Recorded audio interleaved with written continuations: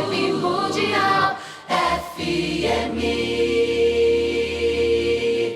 As dívidas kármicas são algumas transgressões, né, que nós fizemos em vidas passadas, conscientemente, sabendo do que estava fazendo, né? Isso que é o mais difícil, por isso que se torna uma dívida kármica.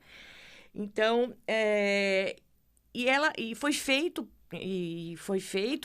havia uma consciência do que estava sendo feito, e como a lei da vida é muito justa, logicamente que a gente tem que, de certa forma, não gosto da palavra pagar, né? Mas quem vem com as dívidas kármicas tem algumas sensações, tem alguns sentimentos que às vezes acontecem na sua vida que nem ela mesma entende o que é, mas aí eu vou te dizer que é por causa da presença dessas dívidas kármicas, tá?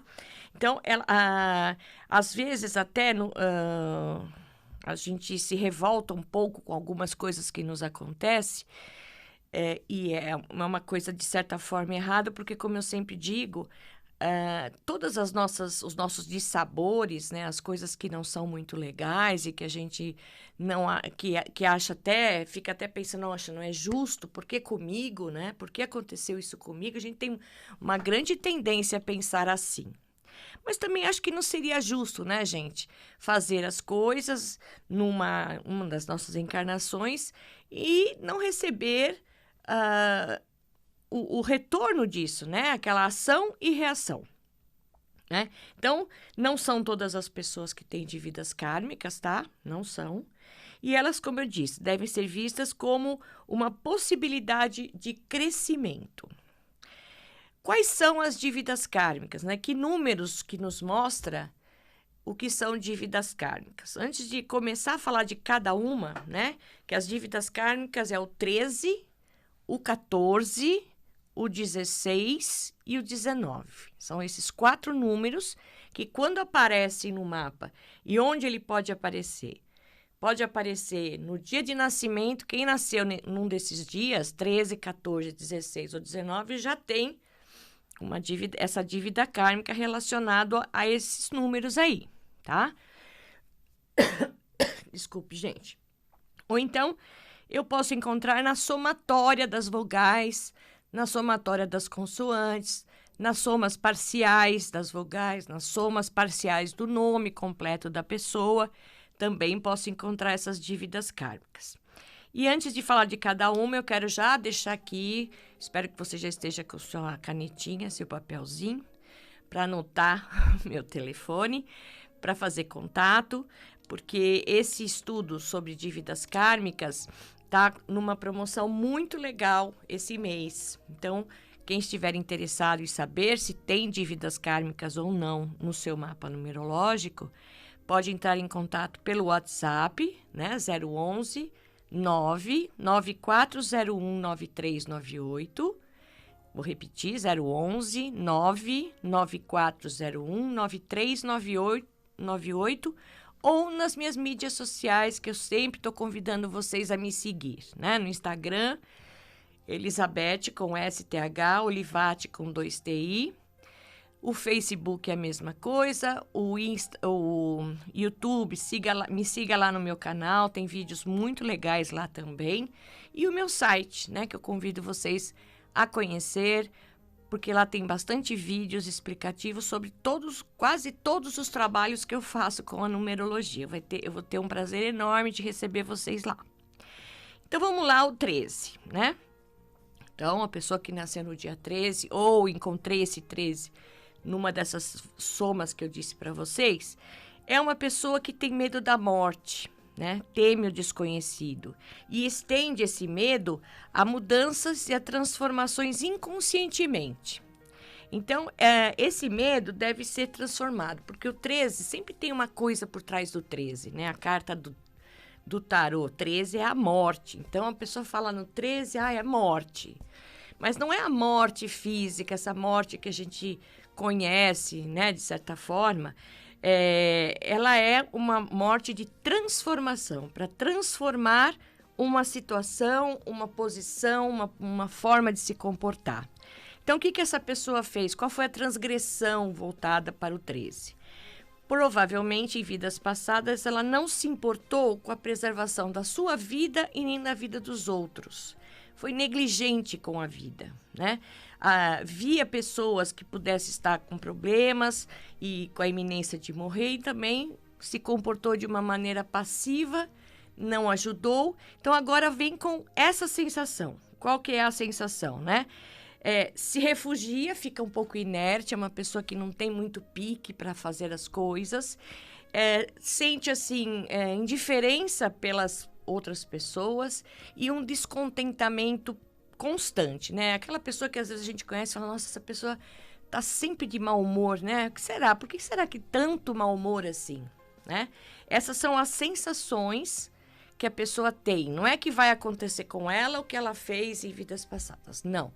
Mas ela tem, por ter agido de uma forma negligente em relação à vida, hoje ela vem temendo a morte, temendo a mudanças, transformações, mas isso tudo a nível inconsciente. E qual é a palavra-chave para trabalhar essas dívidas kármicas? Vocês devem estar pensando, bom, mas como é que eu pago essa dívida, né? Então, existe a forma de agir hoje para poder amenizar essas transgressões e, de certa forma, eliminar essa dívida da sua vida. No caso do 13, a palavra-chave para eliminar essa dívida é o trabalho.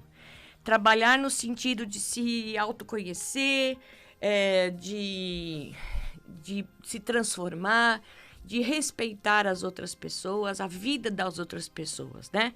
Então, aí, quando você começa a agir dessa forma, esse medo da morte, principalmente da morte com dor física, apesar de ser bastante resistente à dor, então, há também uma sensação de claustrofobia, tudo relacionado realmente a essa questão da morte em si. Mas aqui a morte vista como transformação, tá, gente? O 14.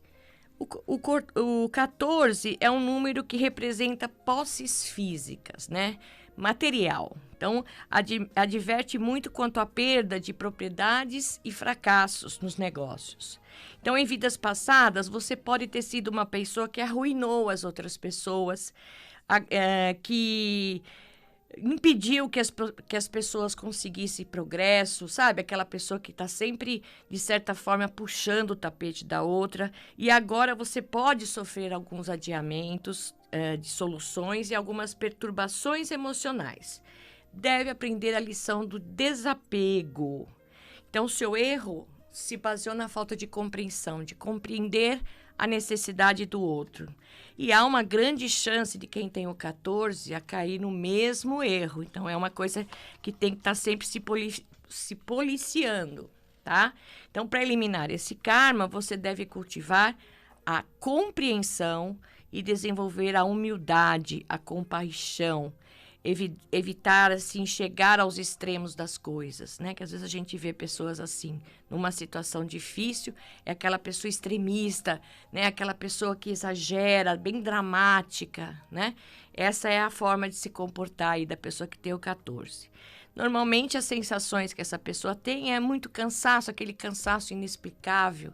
Nossa, por que eu tô tão cansada? Nem fiz muita coisa, né? Uma certa preguiça. E gosta muito das coisas boas que a vida pode ofertar, mas hoje deve ter a consciência de que para conseguir essas coisas boas, deve trabalhar para conseguir isso, tá? Então, já é uma outra forma de ver as coisas. O 16, que é outra dívida kármica que eu falei para vocês, é o número do desmoronamento, do orgulho e da vontade e da vaidade humana. Então, qual foram as transgressões cometidas por quem tem 16? Agiu de uma forma assim muito cruel, com despotismo, né? Aquela pessoa que manda nas outras com muita crueldade, tá? E agora recebe a advertência sobre alguma calamidade. Sabe aquela sensação que a gente tem às vezes de achar que alguma coisa vai acontecer?